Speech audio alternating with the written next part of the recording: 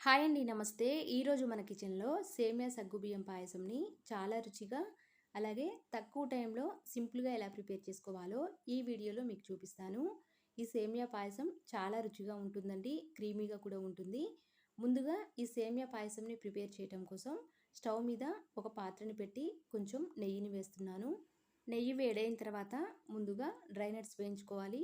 ఇక్కడ నేను బాదంని ముక్కలుగా కట్ చేసి ముందుగా బాదం వేస్తున్నాను. బాదం కాస్త వేగిన తర్వాత లాస్ట్లో కిస్మిస్ని వేయాలండి. వీడియోలో చూపిస్తున్న విధంగా ఇలా వేగిన తర్వాత ఇప్పుడు కొన్ని కిస్మిస్ని కూడా వేసి లో ఫ్లేమ్లో పెట్టి మాత్రమే ఈ రెండింటిని చక్కగా వేయించుకోవాలి.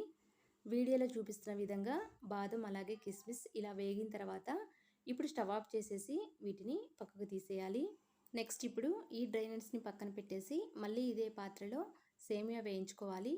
ఇక్కడ నేను 1/2 కప్పు వరకు సేమియాని తీసుకుంటున్నాను. వీటిని లో ఫ్లేమ్లో పెట్టేసి కాస్త రంగు మారే వరకు వేయించుకోవాలి. వీడియోలో చూపిస్తున్న విధంగా ఇలా వేగిన తర్వాత వీటిని కూడా ఒక గిన్నెలోకి తీసుకొని పక్కన పెట్టేసేయాలి. సేమియా చక్కగా వేగితేనే పాయసం చాలా రుచిగా ఉంటుందండి. నెక్స్ట్ మళ్ళీ ఇదే పాత్రలోకి మనం ఏ కప్పుతో అయితే సేమియాని తీసుకున్నామో అదే కప్పుతో 1 కప్పు నీళ్ళని అలాగే అదే కప్పుతో 3 కప్పుల వరకు పచ్చి పాలను తీసుకుంటున్నాను. ఇలా పాలు నీళ్ళు మొత్తం కలిపి 4 కప్పుల వరకు తీసుకోవాలండి.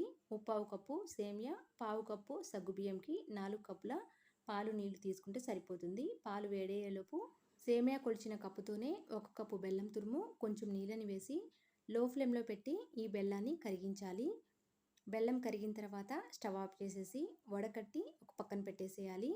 బెల్లాన్ని కరిగించి పక్కన పెడితే చల్లారుతుందండి ఈలోపు. ఇదే ప్లేస్లో చక్కెరనైనా తీసుకోవచ్చు. ఇక్కడ నేను బెల్లం తీసుకుంటున్నాను కాబట్టి ముందుగానే కరిగించి పక్కన పెట్టేస్తున్నాను. నెక్స్ట్ ఈలోపు పాలు కూడా వేడై ఉంటాయి. ఇలా పాలు వేడైన తర్వాత ఇప్పుడు సగ్గుబియ్యంని వేసేయాలి. ఇక్కడ నేను ముందుగానే 1/2 కప్పు వరకు సగ్గుబియ్యం తీసుకొని నానపెట్టి ఉంచానండి. ఇలా నానిన సగ్గుబియ్యాన్ని వేసేయాలి. సగ్గుబియ్యం నానపెడితే త్వరగా ఉడుకుతుంది. అంతా కూడా ఒకసారి కలిపి లో ఫ్లేమ్లో పెట్టి కొద్దిసేపు ఈ సగ్గుబియ్యాన్ని ఉడికించాలి.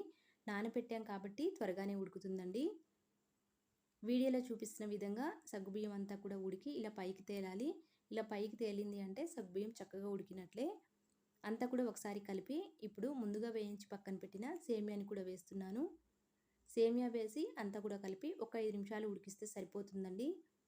సేమియా వేసిన తర్వాత లో ఫ్లేమ్లోనే 5-6 నిమిషాల పాటు ఉడికిస్తే చక్కగా ఉడికిపోతుంది. ఎక్కువసేపు ఉడికించాల్సిన అవసరం లేదు. సేమియా వేసిన తర్వాత ఎక్కువసేపు ఉడికించామంటే మరీ గట్టిగా అయిపోతుందండి చల్లారిన తర్వాత.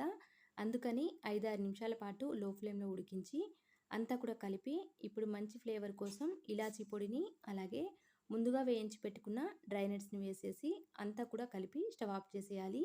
సేమియా పాయసంని ఈ ప్రాసెస్తో ప్రిపేర్ చేసామంటే చల్లారినా కానీ గట్టిపడకుండా చాలా క్రీమీగా అలాగే టేస్టీగా ఉంటుంది.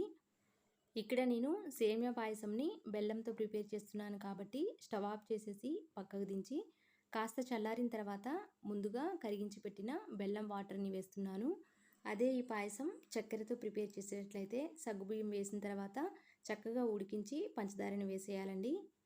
ఇక్కడ చూడండి, బెల్లం వాటర్ని పూర్తిగా చల్లారిన తర్వాత కాస్త గోరువెచ్చగా ఉన్న పాయసంలో వేసి అంతా కూడా చక్కగా కలిపేసేయాలి. ఇలా ప్రిపేర్ చేసిన ఈ పాయసం చాలా క్రీమీగా టేస్టీగా ఉంటుందండి. అంతే అండి. Thank you for watching.